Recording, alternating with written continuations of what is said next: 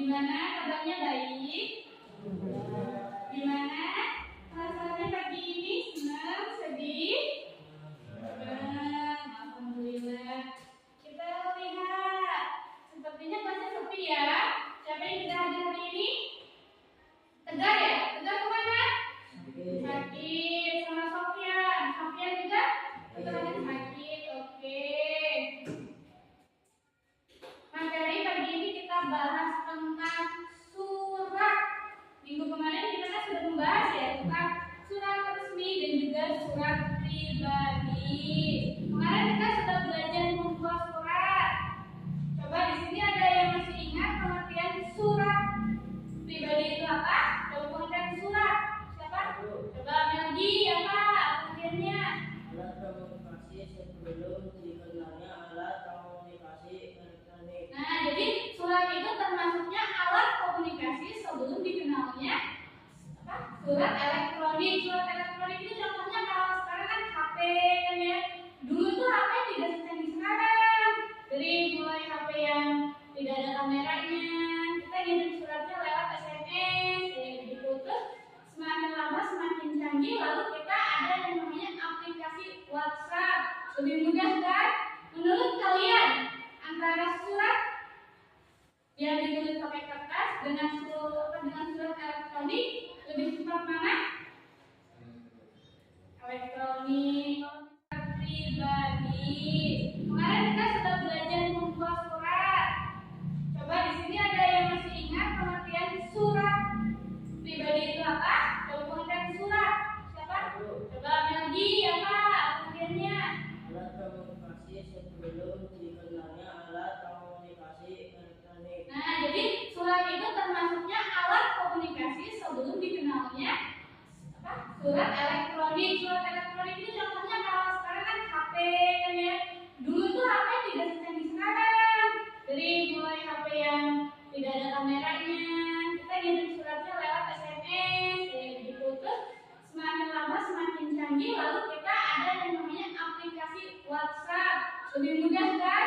Menurut kalian antara surat yang ditulis pakai kertas dengan surat elektronik lebih cepat mana?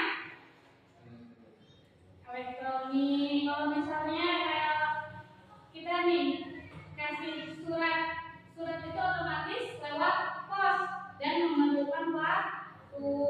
Sedangkan kalau WhatsApp atau kita pakai surat elektronik, kita perlunya apa? Ya betul, kita perlunya kuota atau paket internet. Oke, kalian pernah nggak ngirim surat? Zaman-zaman kalian masih SD gitu, surat-suratan teman-temannya, ngobrolin siapa? Pernah nggak? Pernah. Itu termasuk surat apa? Pribadi atau resmi? Pribadi. Oke. Kemarin kan kita membahas tentang surat online ya. Kemarin tuh kita membahas tentang surat yang dikirimkan kepada Bapak Presiden. Coba di sini untuk surat. Ibu ada pertanyaan nih. Untuk surat, informasi apa aja sih yang dimuat di dalam surat itu? Ada yang tahu nggak? Coba apa? Nah. Mulai pengirim hingga tujuan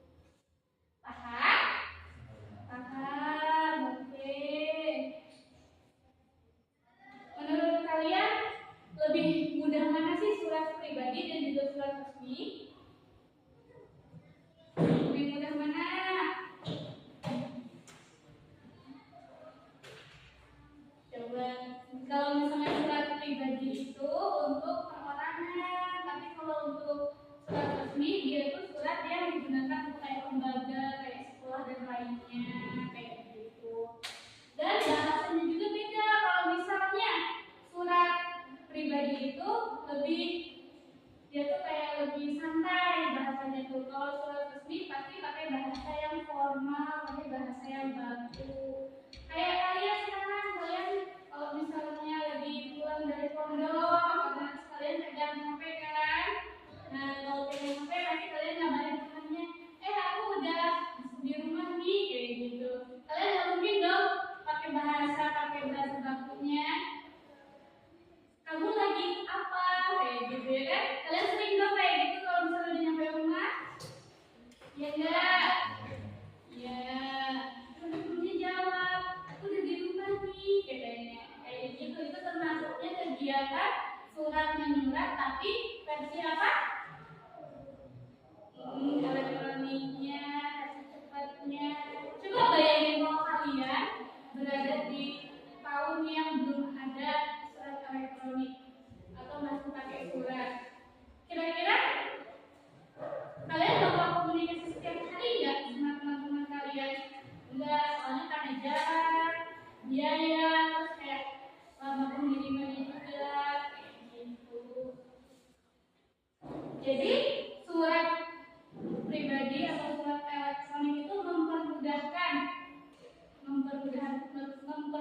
kita dalam berkomunikasi, ya kan?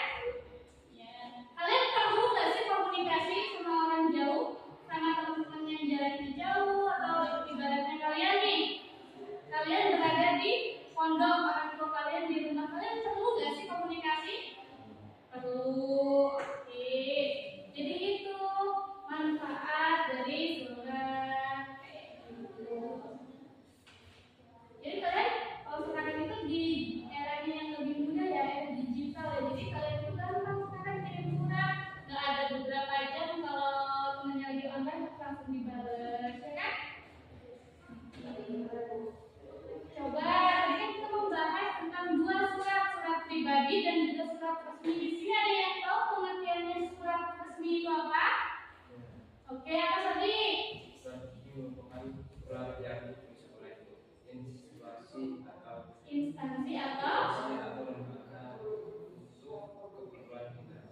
betul, karena yang sebelumnya dikatakan jika surat resmi itu pasti dikeluarkan dari sebuah lembaga. Misalnya gini, kalian kan di pondok, terus orang tua kalian dapat surat dari pondok untuk kumpulan wali santri, itu termasuknya surat resmi ya.